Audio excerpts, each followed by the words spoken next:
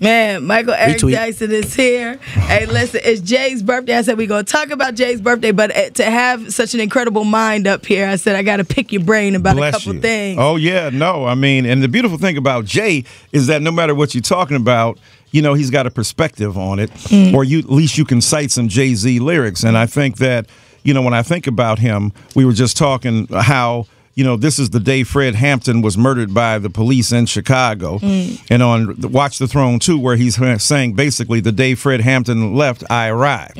So he's talking about the kind of passing of baton of history there, connecting himself to Black revolutionary resistance and tradition. And how does this, you know, rapper from Marcy pick up the baton, seen as an extolling virtue of capitalist kind of figure, and yet at the same time, he said, what's better than one billionaire, too? You know, especially if they share the same hue as you. Y'all stop telling me when I stop telling the truth. So the reality is that Jay-Z understands the nature of the context of American capitalism and the desire for people to do well and be well and the politics that surround it. And it's a joy to teach him because he's got so much insight, so much wisdom, and tremendous philosophical depth.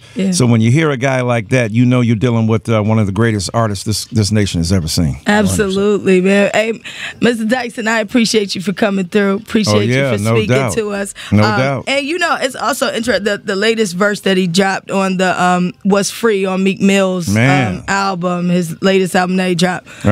Everyone's talking about that, of course. Yeah, like well, that Meek Mill, first of all, that Meek Mill album is fire. Yeah. And then, you know, that Oodles and Noodles Babies, but, you know, or Trauma, and getting together with Drake, squashing the beef like grown men who understand the productive character of their art so that they don't have to diss each other outside the studio, but they can come into the studio and do tremendous work together. But the verse of Jay, don't, you know, Michael and Prince, me and Ye. You know, especially when you got Michael and Prince DNA. Come on. So the reality is he's saying, don't pit me against my brother. Now, I'm not with the red cap. We disagree on politics. But that's my brother. And he took the extraordinary step of tweeting out a clarification of that, and then Ye responds with Watch the Throne 2. I was like, I would love to hear Watch the Throne 2 because the work they did on there was incredible. So Jay-Z, and plus the level of mastery. You know, Malcolm Gladwell talks about you do something for 10,000 hours. That's when you're really at the top. Jay looked like he'd been doing it for 20, 30, 40,000 hours. Come on now. Because it's that Andre 3000 conversational rap that he just puts down there, and then the thoughtful process of linking it to enslavement, 3/5 being a human as a black person in America, and then linking that to where he is now and Billboard and looking at Tidal. I mean, he's always progressively engaging the thoughts of the people who listen to him and doing it in a poetic fashion. I mean, that's the beauty of what Jay does. I mean, you know, on Black Album, December 4th, when he talks about his own birth. You know, God forgive me for my brash delivery, but I remember vividly what these streets did to me. Imagine me allowing you to nitpick at me, portray me like a pickaninny. Now my teachers couldn't reach me and my mama couldn't beat me hard enough to match the pain of my pop not seeing me. So with that disdain in my membrane, got on a pimp game, blink the world, my defense came. He's explaining, helping you understand what his origins are, where he came from. I'm from the place where the churches are the flakiest. Has been praying to God so long that they atheists.